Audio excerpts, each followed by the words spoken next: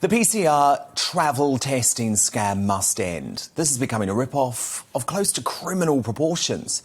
It's making it almost impossible for hard-working families to book trips overseas. And that's going to cause continued decimation for the tourism industry, which is desperately trying to come through this torrid past 18 months. If you're like most people and you haven't actually tried to go overseas this year, here's what's going down. The government insists that holidaymakers book a PCR test for day 2 of their return to the UK. But the issue is they will not allow travellers to use the test provided for free by the NHS. So private companies have seen an opportunity to rip off Brits to epic proportions, promising cheap tests online and then saying only extortionate options are available once you actually go to book.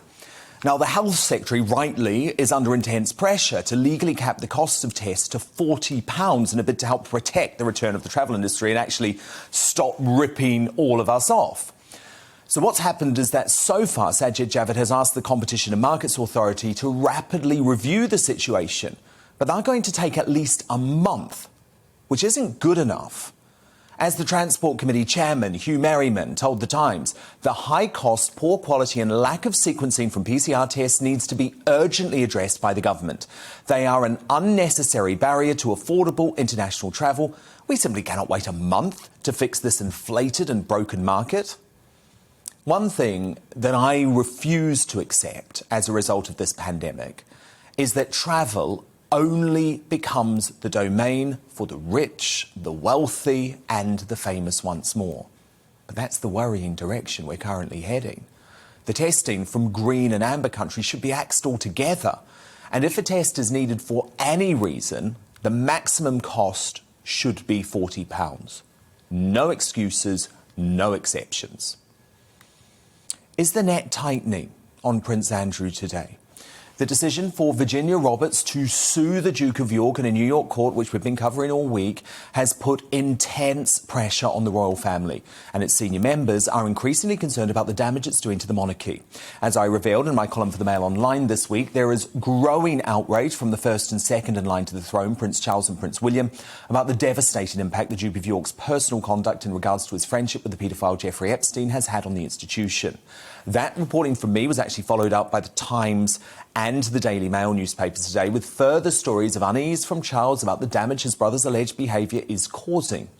That strain is only going to increase after the Met Police Commissioner Cressida Dick revealed her officers are yet again reviewing the Prince Andrew case and are open to working with international authorities, which would you presume it would include the FBI, right?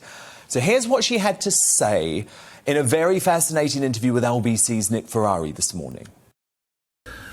Have you seen the testimony or notes from the Duke of York's Royal Protection Team pertaining to the night of the allegation he strenuously denies, what took place in a London apartment?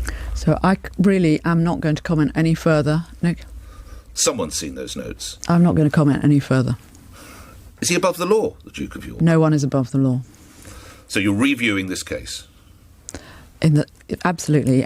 It's been reviewed twice before. We work closely with the CPS. We are, of course, open to working with authorities from overseas. We will give them every assistance if they want to, if they ask us for anything within the law, obviously. And as a result of New York. And as a result of what's going on, right. I've asked my team to have another look at the material. Okay. No one is above the law. Fascinating stuff.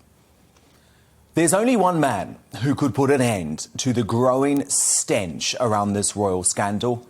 That man is Prince Andrew. He vowed to help the authorities, in his words, if required. It is now required. Grow some balls, Andrew, and go to New York to assist the FBI. It doesn't matter how long it takes. Andrew has always strenuously denied any allegations of impropriety, including a sexual relationship with Virginia Roberts. So, Andrew, what do you have to fear if you have nothing to hide? Now, Prince Charles has been spotted heading to Balmoral today, where Andrew is believed to be staying with Fergie and the Queen. Let's hope he can talk some sense into his younger brother, whose silence shames the institution. The Chinese Communist government just gets more despicable by the day. We've learned the authoritarian country's culture ministry has now banned karaoke songs that they believe endanger national security. Now, this might sound like a fun story, but it's no doubt just another attempt to try and stop the resistance movement in Hong Kong, which resonates with songs like the freedom anthem Do You Hear the People Sing from Les Miserables. How long will most Western governments continue to turn a blind eye to this totalitarian regime? And how do you solve a problem like replacing Piers Morgan when your ratings plummet by the day? The pathetically woke bosses at ITV clearly have no idea based on their latest bid to host the struggling Good Morning Britain. They've signed up the biggest virtue signaller in Britain, Richard Bacon. A member of the London chattering class is so out of touch with real folk that his biggest concern seems to be what table he gets at the Ivy. With choices like that, the ratings for GMB will continue to sink. Welcome to the GB News YouTube channel. You can watch us live 24 hours a day, catch up on your favourite shows and join in the conversation in the comments below. Don't forget to subscribe and you'll never miss any of our exclusive content.